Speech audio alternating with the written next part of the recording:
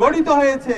সেই অন্তর্বর্তীকালীন সরকার জুলুম, নির্যাতন, নিষ্পেষণ, বৈষম্য দূর করার জন্য যেভাবে উদ্যোগ গ্রহণ করা দরকার সেই উদ্যোগগুলো আমরা দেখতে পাচ্ছি না। আমরা আমাদের আজকে রক্তকরণ হচ্ছে হৃদয়ের মধ্যে। আমাদের জাতি গড়ার কারিগর, আগামীর প্রজন্ম গড়ার কারিগর, আমাদের শ্রদ্ধেয় শিক্ষকরা ন্যায্য অধিকারের জন্য গত 8 দিন ধরে শহীদ মিনারে অবস্থান করতে হচ্ছে।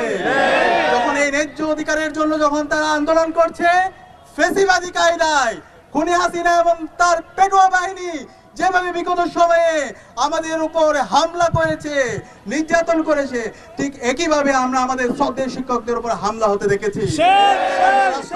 আপনারা ফ্যাসিস্ট হওয়ার চেষ্টা করবেন না। শহীদ আবু সাইদ, শহীদ ওয়াসিম, শহীদ শান্ত, শহীদ আলী রায়হানের উত্তরসূরিরা ঘুমিয়ে যায়নি।